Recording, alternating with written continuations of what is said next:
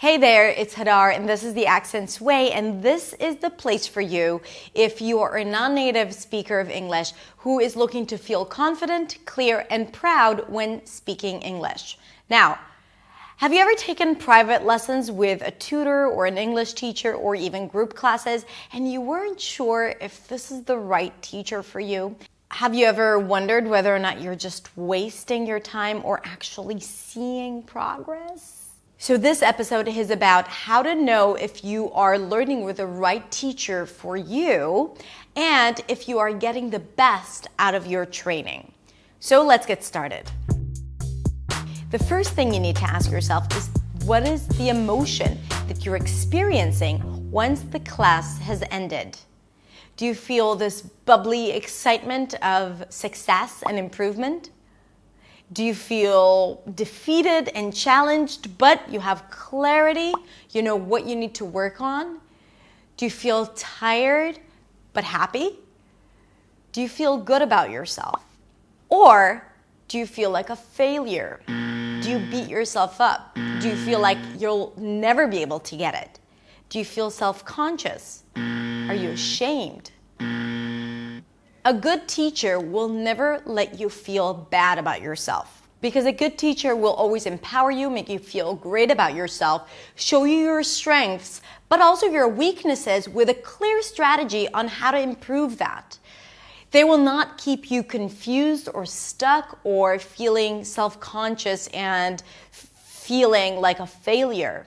You know, I was once talking to a teacher that used to teach at this really big language school. And he said that the management had asked them to understand what the biggest struggles of their students are, and then to accentuate them, make them a big deal, instead of helping them resolve it. Why? Because it was their marketing strategy. It kept them in the school. It kept them taking more and more and more classes. Now, that's a horrible strategy, if you ask me.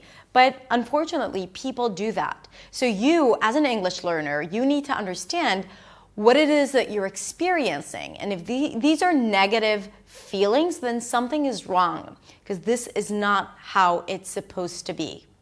Another thing you need to ask yourself is, who does most of the talking?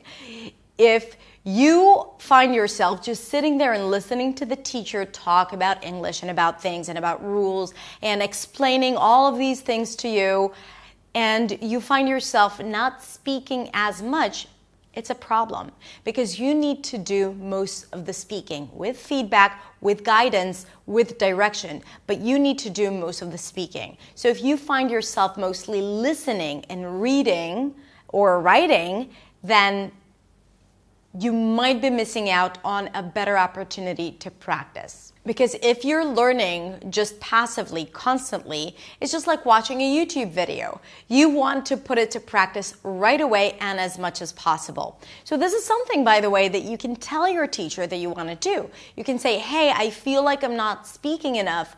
Let's try a session where we just talk about things that bother me, a few subjects, maybe read an article and then talk about it, but I want to do most of the talking and you just give me feedback. Now, of course, when you go into a lesson, it's easier to just sit down and listen and be less active. But you got to catch yourself, because if that's the situation, you're wasting your time and money, right? So although it's easier and more convenient, you got to step out of your comfort zone. You got to feel uncomfortable. You got to push yourself, and you got to stand your ground and say what you need and communicate it clearly to your teacher. The third thing you need to ask yourself is, are you both aligned with what is the best way for you to learn? What is the best content to discuss? What is the best way for you to get feedback?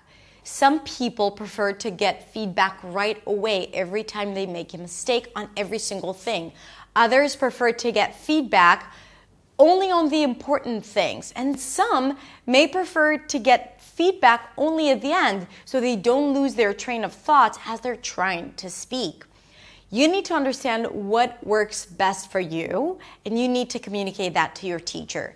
Because some teachers are sometimes teaching because that's what they think is best. And if someone tells you, no, I know what's best for you, you listen to me, then that person is not empathetic or is sensitive to your needs. Same thing with content. If your teacher teaches you things that are not interesting to you or you feel you'll never use, then you need to say, hey, this doesn't work for me. Let's try something else. I want to talk about this and I need to talk about that. And this is my world of content. This is where I come from. I want to discuss technology and negotiations and practice small talk. And I don't want so much to talk about hypothetical situations of Martha and Arthur at the zoo. Understand that even if you are with the same teacher, there isn't just one method of teaching English. And you need to see if something's working for you. Is it getting your results? Do you understand it? Do you pick it up quickly? If not, there is a problem with the method, not with you. Okay? It's not you that is the problem. Maybe it's the method. Maybe it's the energy. Maybe it's how you feel. Because when you feel self-conscious, the brain shuts down and you don't learn anything new. But when you feel empowered and open and challenged in a good way, then you are open to change. In order for you to learn something deeply, in order for it to stick, you need to associate good emotion as you're learning. And if the feeling is of frustration and fear, then it's not going to stick. Okay? So you need to be aware of that and change whatever needs to change in order for you to create the best circumstances for yourself. The fourth thing is, do you know your 20%? According to the Pareto principle, 80% of the results come from 20% of the causes. So if we look at the business world, for example, then we can say that 20% of the products lead to 80% of the revenue, or 20% of the clients are responsible for 80% of the income. So in English, it's very much the same thing. If you work on the areas where you struggle with, okay, whether it's specific grammar rules or specific sounds or an element of fluency, if you work on that and just on that, it will get you 80% of the results of where you want to be. So you need to know what are the things that will get you the best results. And your teacher needs to recognize those things and tell you, communicate to you what they are. So whether or not you need to work on your present tense, because everything else is great, but you always get stuck when you try to speak in the present tense. And what do you need to do in order to improve that? Or let's say that in terms of clarity, you have all these things in your speech, but you don't need to work on all the sounds. It's enough that you work on the R and on your rhythm, and it will give you a huge boost to your clarity. So your job is to know what your 20% is. What are the things that you still struggle with? But if you resolve them, it will kind of like open up the gates to fluency, and you will feel a lot more fluent. You'll get stuck less, and you'll be a lot clearer and focus just on that. And you two need to do that together. So if that hasn't been communicated to you just yet, then you need to ask your teacher to tell you what those things are and ask your teacher to focus on those things as you're learning. But if they don't know and they start giving you all of these things, and every time they give you feedback, they give you a lot of notes about everything and you feel overwhelmed and confused, then there's a problem. Even when you get feedback, the feedback should be the 20%, the things that will get you the best results. Because you don't need to start correcting every single thing. It will be super inhibiting and almost impossible to grow from there. The last thing is, do you feel intellectually challenged?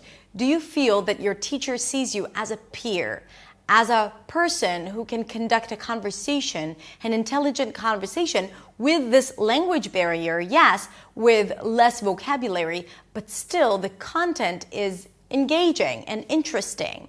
If you feel that they're speaking to you like a little kid, it will make you feel like a little kid. So you need to feel that your intelligence is not compromised. You need to be able to talk about deep things, even if it's not perfect, even if you make mistakes, and even if you're lacking the vocabulary. Your teacher is there to help you, right? But you don't need to feel like you are only talking about stupid things just because it's an English class. No, that's the wrong direction. And of course, you can tell your teacher that and change that. Take charge of your training, okay? So to conclude, you have to be responsible for the time that you're investing. Don't leave all responsibility to the teacher. Sometimes they don't know what they're doing. Sometimes they think that they're doing the best thing for you when in fact it's not. And it's like in a relationship, right? If you're not going to speak up, nothing will change. And then at the end you will quit and everyone loses. Okay, you lose time and money and they lose an opportunity to really help someone. Okay, so communicate your needs, understand your needs, understand what is not working for you, and then change it. So to conclude, I want you to take action and answer these 2 questions in the comments below.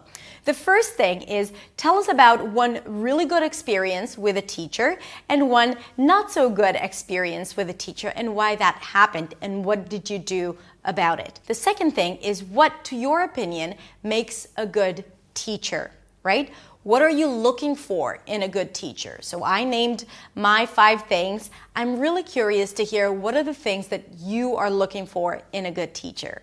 So just so you know, you don't really have to take private lessons or group classes in order to improve your English. You can do that on your own. And if you want to do it watching YouTube videos and using online resources, I'd be happy to help you. So don't forget to subscribe and hit the bell to get notifications. And you can also visit my website to get a lot of free stuff, free courses, and really feel the improvement. Improve significantly. Thank you so much for watching, and I'll see you next week in the next video. Bye.